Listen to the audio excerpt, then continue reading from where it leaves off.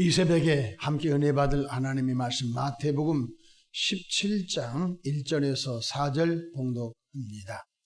엿새 후에 예수께서 베드로와 야고보와 그 형제 요한을 데리시고 따로 높은 산에 올라가셨더니 그들 앞에서 변형되사 그 얼굴이 해같이 빛나며 옷이 빛과 같이 휘어졌더라. 그때 모세와 엘리야가 예수와 더불어 말하는 것이 그들에게 보이거늘 베드로가 예수께 여쭈어 이르되 주여 우리가 여기 있는 것이 좋사오니 만일 주께서 원하시면 내가 여기 초막 셋을 짓되 하나는 주님을 위하여 하나는 모세를 위하여 하나는 엘리야를 위하여 하리이다. 아멘.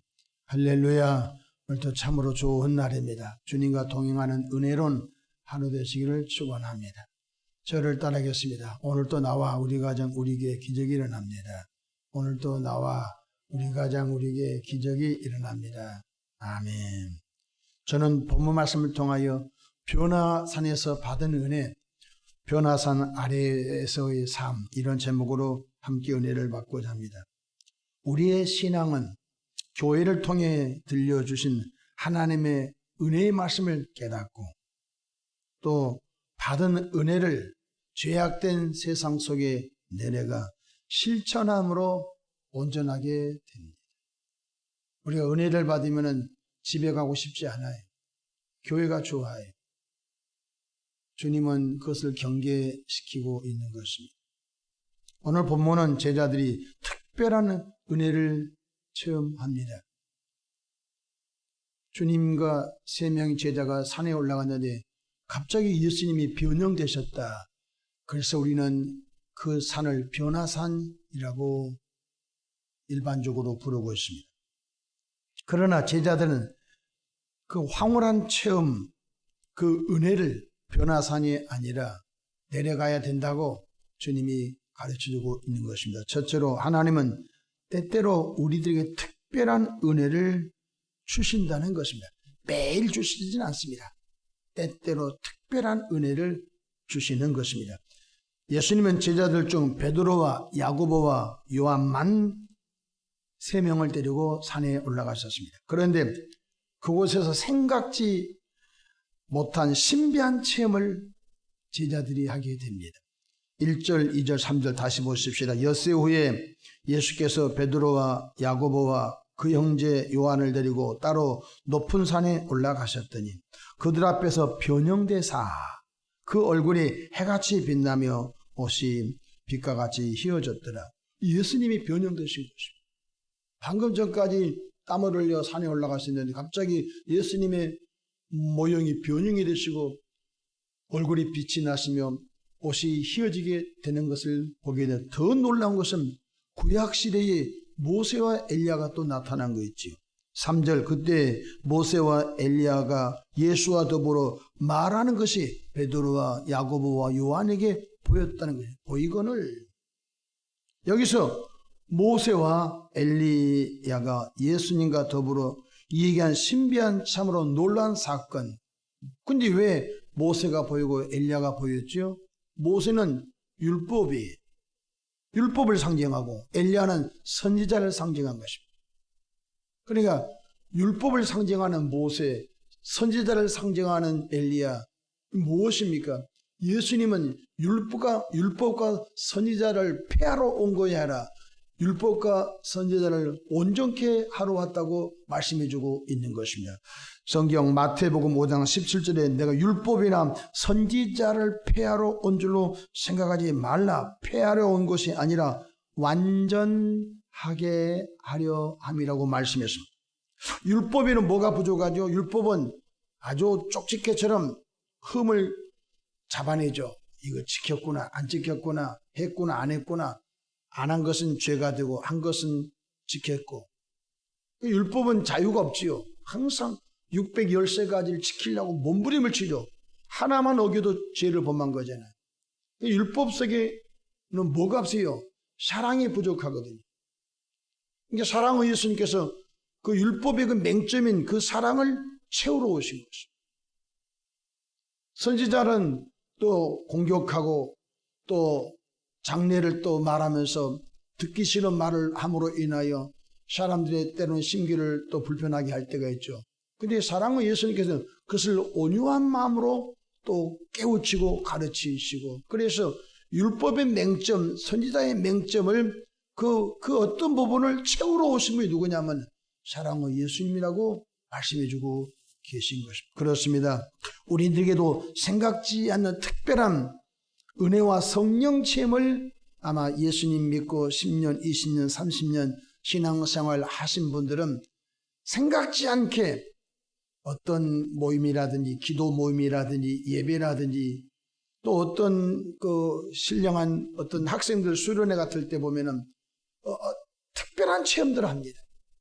저도 어렸을 때 학생부 그런 부흥회 때 참석해서 그런 특별한 은혜 체험이 쌓이고 쌓이다 보면은 우리가 때로는 특별한 사명의 길로도 갈 수 있고 하나님의 부르심 확신을 갖기도 하는 것을 볼 수 있습니다. 기도하는 중에 병이 낫는 은혜, 또 말씀을 듣는 중에 말씀에 그 깨닫는 은혜, 그러니까 각가지 은혜를 주시는 것입니다. 문제가 풀려지지 않았는데 생각지 않게 문제가 실타래처럼 풀려지는 은혜, 그 은혜들이 우리가 경험하게 된 것입니다.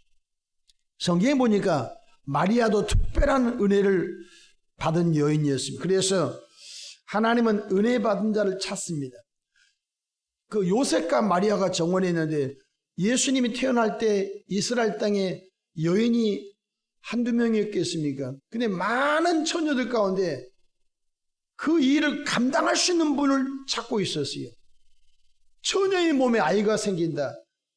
그런데 그것을 감당할 수 있는 사람을 찾았는데 바로 은혜를 많이 받은 마리아였던 것입니다. 그러니까 은혜를 받지 않는 사람에게는 하나님께서 어떤 일을 바뀔 수가 없는 거예요. 신비한 영역이니까. 성경 누가복음 1장 30절 천사가 이르되 마리아여 무서워하지 말라 내가 하나님의 은혜를 입었네. 가브리엘 천사가 나타났을 때 주님 어찌미십니까? 나 같은 천한 여인에게 어찌하여 나타나셨습니까? 아니다. 나는 은혜를 많이 받은 여인이다. 그러면서 천사가 하나님 심부름꾼 천사가 바로 너희 몸을 통하여 구원자가 날 것을 말씀해 주고 있지 않습니까? 사도 바울도 교회를 그렇게 핍박하고 믿는 사람을 죽이는 데 앞장섰던 사울 청년도 다메섹 도상에서 부활하신 예수님을 만나는 체험이 있죠. 그 체험이 얼마나 깊었던지 은혜의 삼층천을 다녀왔다고 했습니다. 그 은혜를 많이 경험했기 때문에 매를 맞고 돌에 맞고 죽임을 당하도 여전히 그 은혜가 너무 크기 때문에 핍박을 달게 받고 고난을 달게 받고 끝까지 십자가 은혜의 사명을 감당한 것을 볼 수가 있는 것입니다. 그래서 고린도전서 15장 10절에 그러나 내가 나 된 것은 하나님의 은혜로 된 것이니 내게 주신 그의 은혜가 헛되지 아니하기를 원한다. 나 된 것은 하나님의 은혜다. 나는 모든 것을 배설물로 여기므로 내 앞에 있는 예수님을 붙잡으려고 달려간다. 그렇게 바울 사도가 인생이 바뀐 것은 은혜의 체험 때문에 그런 것입니다. 그러므로 우리들도 주님의 은혜 받기를 갈망하기를 바랍니다.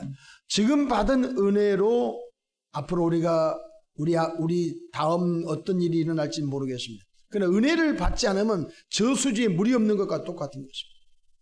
저수지 물이 가득 할 때는 가뭄이 들어도 2개월, 3개월, 4개월은 견뎌낼 수 있는 것입니다. 그래서 성경은 계속 말합니다. 은혜를 받으셨을 때 은혜를 많이 받아는 것입니다. 고린도후서 6장 2절에 이르시되 내가 은혜 베풀 때 너에게 듣고 구원의 날에 너를 도왔다 하셨으니 보라 지금은 은혜 받을 만한 때요 보라 지금은 구원의 날이로. 전쟁 중에는 은혜밖에 어렵습니다. 환난 중에는 은혜밖에 어렵습니다. 고난 중에 은혜밖에 어렵습니다. 여러분 큰 홍수가 질 때 은혜밖에 어렵습니다. 지금 우리 대한민국은 은혜를 전 세계에서 지도를 펼쳐놓고 볼 때 교회 지형들을 놓고 볼 때 이 대한민국은 전 세계 중에 가장 은혜 받기 좋은 나라인 줄 믿으시 바랍니다. 미국 가보십시오. 새벽기도 없습니다. 그래서 미국 갔던 교포들이 이렇게 말하면 미국은 새벽기도 없는데 한국은 새벽기도 있어서 너무 힘들다고. 그건 모르는 소리인 것입니다. 미국에 가는 교포 교인들도 새벽기도를 안 하니까 집에서 그 신앙을 유지하려고 몸부림을 쳐도 그만큼은 안 되는 거예요. 어떤 분은 자기 집에 기도실을 만들고 혼자서 기도한다고 해도 그 신앙을 지키기가 어려운 거예요. 근데 우리 대한민국은 거의가 다 새벽 기도를 통하여 말씀이 준비되고 찬송이 준비되고 은혜를 받으려고 맘만 먹으면 흡족히 은혜를 받은 복된 나라인 걸 깨닫기 바랍니다. 저쪽 나라는 새벽 기도가 없는데 새벽 기도는 비성경적이야. 그 말을 주장하기 전에 예수님이 새벽에 기도하셔서 그 성경적인 어떤 논리를 따지기 전에 이렇게 은혜 받을 수 있을 때 우리가 은혜를 받아야 환난을 당해도 그 은혜로 이겨낸 줄로 믿으시기 바랍니다. 이게 생각지 않을 때 하나님은 개인에게 은혜를 주시는. 저도 개인적으로 은혜를 많이 받아서 이 어려움 중에서도 그 받은 은혜가 너무 크기 때문에 작은 어려움은 희석이 돼서 아무나 나와 상관이 없는 것입니다.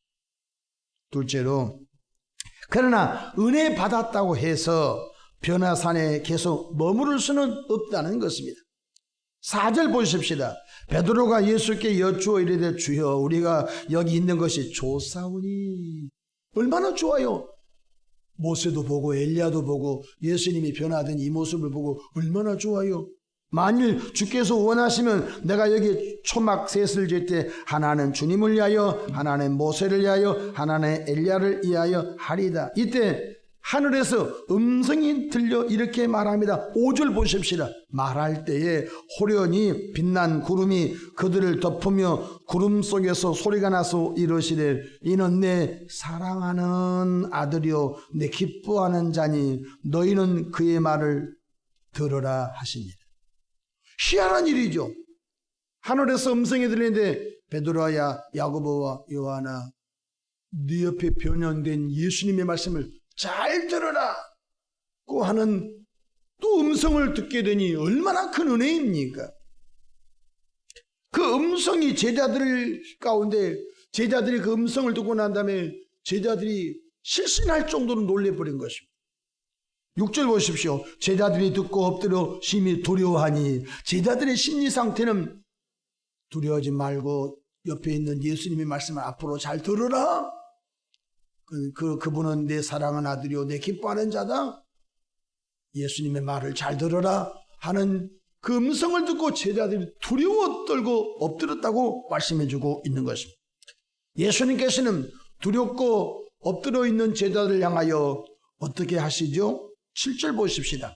예수께서 나와 그들에게 손을 대시며 이르시되 일어나라 두려워하지 말라 하시니 제자들이 눈을 들고 보매 오직 예수 외에는 이제는 모세도 안 보이고 엘리야도 안 보이고 오직 예수 외에는 아무도 없는 정말 생각지 않은 신령한 은혜를 경험하게 됩니다. 그런데 이 변화산에서 엄청난 드라마틱한 황홀한 은혜를 체험하고 제자들이 변화산에 머물러 있기를 원했지만 예수님께서는 아니다. 산 아래로 내려가야 된다 말씀하고 있는 것입니다. 우리는 가끔 예배당에서 은혜를 받고서 많은 문제가 해결될 때 징그러운 가정에 가고 싶지 않습니다. 가면 지지고 볶아야 되잖아요. 저는 이 말씀을 많이 경험했습니다. 예수님을 믿지 않는 집에서 제가 신앙생활을 시작했기 때문에 교회에 오면 그게 좋은 거예요. 우리 전도사님 부부가 교회에 오면은 밥을 해가지고 남선생님 식사하고 가십시오. 그러면 그 생각이 좀 부족해가지고 아예 저희 집에 가서 밥을 먹어야 돼요. 이렇게 얘기했는데 그 초청해 주니까 사택에 쑥 들어가서 밥을 먹고 또 남선생님 커피 한잔 하세요. 그러면 커피가 너무 맛있어서 커피 한잔 하고 근데 눈치 끊자 집에 가야 되잖아요. 근데 집에 가면 또 왜 교회 갔냐고 또 따지고 또 교회에 빠졌냐고 또 미쳤냐고 또 하고 집에 일은 언제 하려고 하냐. 그냥 듣기 싫은 거. 우리 아버지 어머니 식구들 막 또 집에 가면 괴롭히잖아요. 왜 교회 갔냐, 왜 제사 안 모시지 않느냐, 뭐 산에 가서 왜 나무 해오지 않느냐, 너 공부 안 하고 교회만 가냐. 뭐. 아니 받은 은혜가 너무 좋고 황홀한데 그 집에를 가기 싫은 거예요. 그럼 우리 전도사님, 남 선생님 집에 가보세요. 또 엄마 아빠가 찾을 텐데 가기 싫어요. 우리 전도사님 빨리 가라고. 나는 심리적으로 가면 또 요거도 먹어야 돼. 가면 또 전라도 말로 욕을 또 억수로 또 내가 배가 넘길 때 욕을 많이 먹어서 배가 넘겨. 그러니까 가기 싫으니 그 말을 내가 좀 이해하는 거예요. 제자들이 현재 변화산에서 엘리야도 보고 모세도 보고 예수님도 변형된 모습도 음성도 듣고 너무너무 신비하잖아요. 제약된 세상에 가고 싶지 않는 거예요. 근데 예수님께서는 단호하게 말해요. 내려가야 한다. 내려가야 한다. 이제는 은혜를 많이 받았으면 혼란스럽고 힘든 삶의 장소에 내려가서 그곳에서 빛과 소금의 사명을 감당함으로 하나님의 나라를 확장시키는 그도 예수의 군사가 되기를 주 이름으로 축원합니다. 우리가 스마트폰 충전을 다 시켰습니다. 이게 스마트폰을 많이 쓰면은 한 10시간 쓸 것 한 5시간이면 배터리 방전됩니다. 무슨 뜻이죠? 교회에서 은혜를 많이 받았는데 힘든 집에 가면은요, 신앙생활을 하지 않는 불신자 집에 시집 오거나 그런 곳에서 신앙생활 하면요, 빨리 방전되는 거예요. 그러니까 다시 와서 충전하는 거예요. 하나님 찬송을 통하여 말씀을 듣고 다시 기도할 때 성령께서 감동을 주시고 또 은혜와 은사를 부어주시고 또 가서 현장에 가서 또 주의 일을 빛과 소금의 사명을 감당하고 착한 행실로 말미암아 영광을 드러내게 되지요. 또 그곳에서 또 성령의 열매를 드러내고 또 하나님이 자녀답게 살려면 또 방전되는 거예요. 내 속사람과 겉사람이 싸우는 거예요. 은혜의 순간에 머무지 말고 우리는 죄악된 우리 가정과 우리의 삶 속으로 내려가서 그 속에서 하나님의 뜻을 들춰내야 될 줄로 믿으시기를 바랍니다. 17장 9절 보십시다. 그들이 산에서 내려올 때에 예수님은 아니다, 초막도 새 필요 없다, 내려가자. 그들이 산에서 내려올 때에 예수께서 명하여 이르시되 주님께서 내려가자 말씀하시고, 진짜 신앙은 예배당이 아닙니다. 여기 다 100% 예수 믿는데 100% 다 은혜 받았는데 이 속에서 형제를 사랑하고 이 속에서 자매를 사랑하고 이 속에서 목사님을 존중하고 이 속에서 교인들을 존중 뭘 못하겠어요. 다 예수 믿는 같은 신앙의 공동체인데 이 속에서는 신앙 입증할 수 있는 거 아니에요. 진짜 신앙은 예배당이 아니라 여러분의 삶의 자리인 줄로 믿으시기를 바랍니다. 예수 믿지 않는 직장, 예수 믿지 않는 사업, 예수 믿지 않는 가정, 예수 믿지 않는 학교에서의 신앙의 삶이 여러분의 신앙의 검증 장소인 걸 깨닫기를 바랍니다. 그래서 골로새서 3장 17절에 또 무엇을 하든지 말에나 일에나 다 주 예수 이름으로 하고 그를 힘입어 하나님 아버지께 감사하라. 말에나 일에나 다 주 예수 이름으로 하라. 마태복음 6장 16절 이같이 너희 빛이 사람 앞에 비치게 하여 그들로 너희 착한 행실을 보고 하늘에 계신 너희 아버지께 영광을 돌리게 하라 말씀하셨습니다. 그렇습니다. 신앙생활은 예배당에서 은혜 받았으면 여러분의 현장으로 가야 됩니다. 왕따 당한 학교로 가야 되고 불신자 가정으로 돌아가고 그 속에서 작은 예수가 되고 그 속에서 사랑과 빛의 역할을 감당함으로 진지한 신앙의 열매를 맺어가는 나와 여러분 되기를 주의 이름으로 축원합니다. 깊은 수도원에 머무르면 안 됩니다. 수도원을 비방한 것이 아닙니다. 수도원 기도원에 머무르면 안 됩니다. 은혜 받았으면 내려와서 징그러운 삶의 현장에서 하나님의 아름다운 사랑의 꽃을 피워내는 우리 모두가 되기를 바랍니다. 기도하겠습니다. 하나님 우리 아버지 은혜와 사랑을 감사합니다. 이 새벽에도 믿음으로 예배당에 나와 찬송하며 말씀 듣고 기도하고 하루를 출발합니다. 주님 은혜 받아 싸우니 이제 삶의 현장에 가서 작은 예수로 하나님의 영광을 드리는 모두가 되게 축복해 주옵소서. 이 새벽에도 11조와 범사 감사의 물을 드립니다. 드린 손길 하나님께서 기억하시고 하나님께서 영광을 받으시고 채우시고 역사해 주시옵소서. 큰 은혜 베풀어 주옵소서. 예수님의 이름으로 기도하옵나이다.